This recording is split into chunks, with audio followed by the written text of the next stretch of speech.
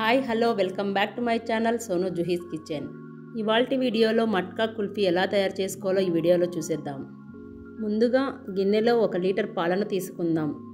నేను ఇక్కడ full cream milk వాడుతున్నానండి. మీరు నార్మల్ మిల్క్ వాడినా పర్వాలేదు.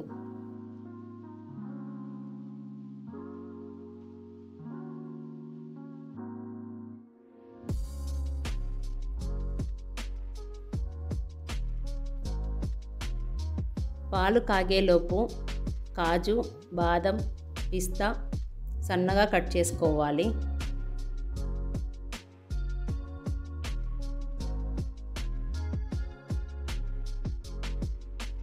మధ్య మధ్యలో పాలను కలుపుతూ ఉండాలి, లేదంటే అడుగు అంటి మాడిపోతుంది. 1 లీటర్ పాలు 1/2 లీటర్ పాలు అయ్యేంత వరకు కాగాలి.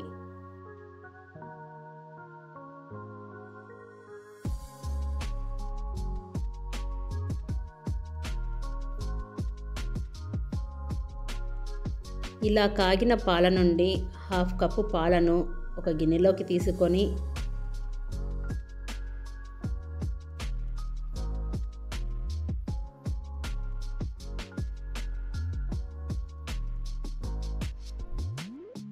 ఒకటిన్నర స్పూన్ కస్టర్డ్ పౌడర్ను వేస్తున్నాను. మీ దగ్గర లేకపోతే ఈ ప్లేస్లో కార్న్ఫ్లోర్ వేసినా పర్వాలేదు. అలాగే 2.5 స్పూన్ మిల్క్ పౌడర్ను వేసి లమ్స్ లేకుండా కలుపుకోవాలి.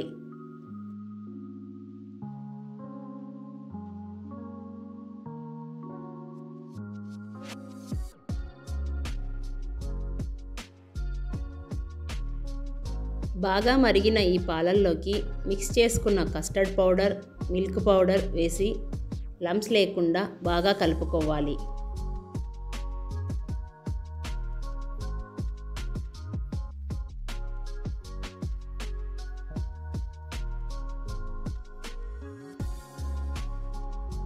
ఫ్లేమ్ని సిమ్లో మాత్రమే ఉంచండి. ఇలా కలుపుకున్న వాటిలో 1 కప్పు షుగర్ని వేయాలి. మీకు స్వీట్ ఎక్కువగా కావాలంటే ఇంకో 2 స్పూన్లు యాడ్ చేసుకోండి. నేను చూపించిన విధంగా చిక్కగా రావాలి. ఈ స్టేజ్లో స్టవ్ ఆఫ్ చేసి కంప్లీట్గా చల్లారనివ్వాలి. పూర్తిగా చల్లారిన పాలను మిక్సీ జార్లో వేసి కట్ చేసుకున్న బాదం, కాజు, పిస్తా క్రీమీ స్ట్రక్చర్ వచ్చేంత వరకు గ్రైండ్ చేసుకోవాలి.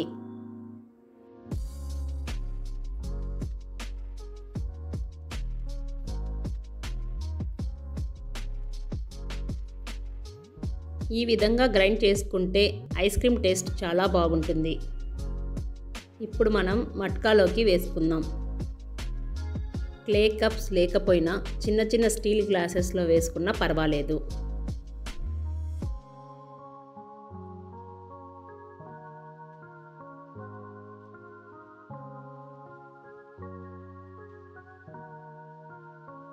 ఐస్ క్రీమ్ని మట్కాలోకి వేసి పైన గార్నిష్ కోసం నట్స్ వేస్తున్నాను.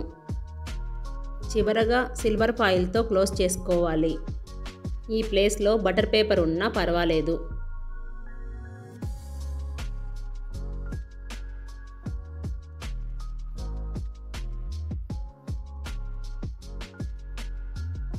గాలి దూరకుండా చుట్టూ కవర్ చేయండి. ఇప్పుడు మనం 7 అవర్స్ డీప్ ఫ్రిడ్జ్లో పెట్టి వదిలేయాలి.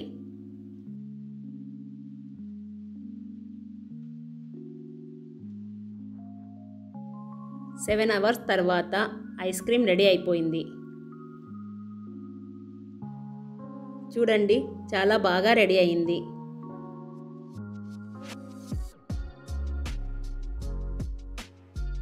టేస్ట్ మాత్రం సూపర్ అండి. ముఖ్యంగా పిల్లలు బాగా ఎంజాయ్ చేస్తారు. మీరు కూడా ఇంట్లో ట్రై చేసి మీకు ఎలా వచ్చిందో కామెంట్ రూపంలో తెలియజేయండి.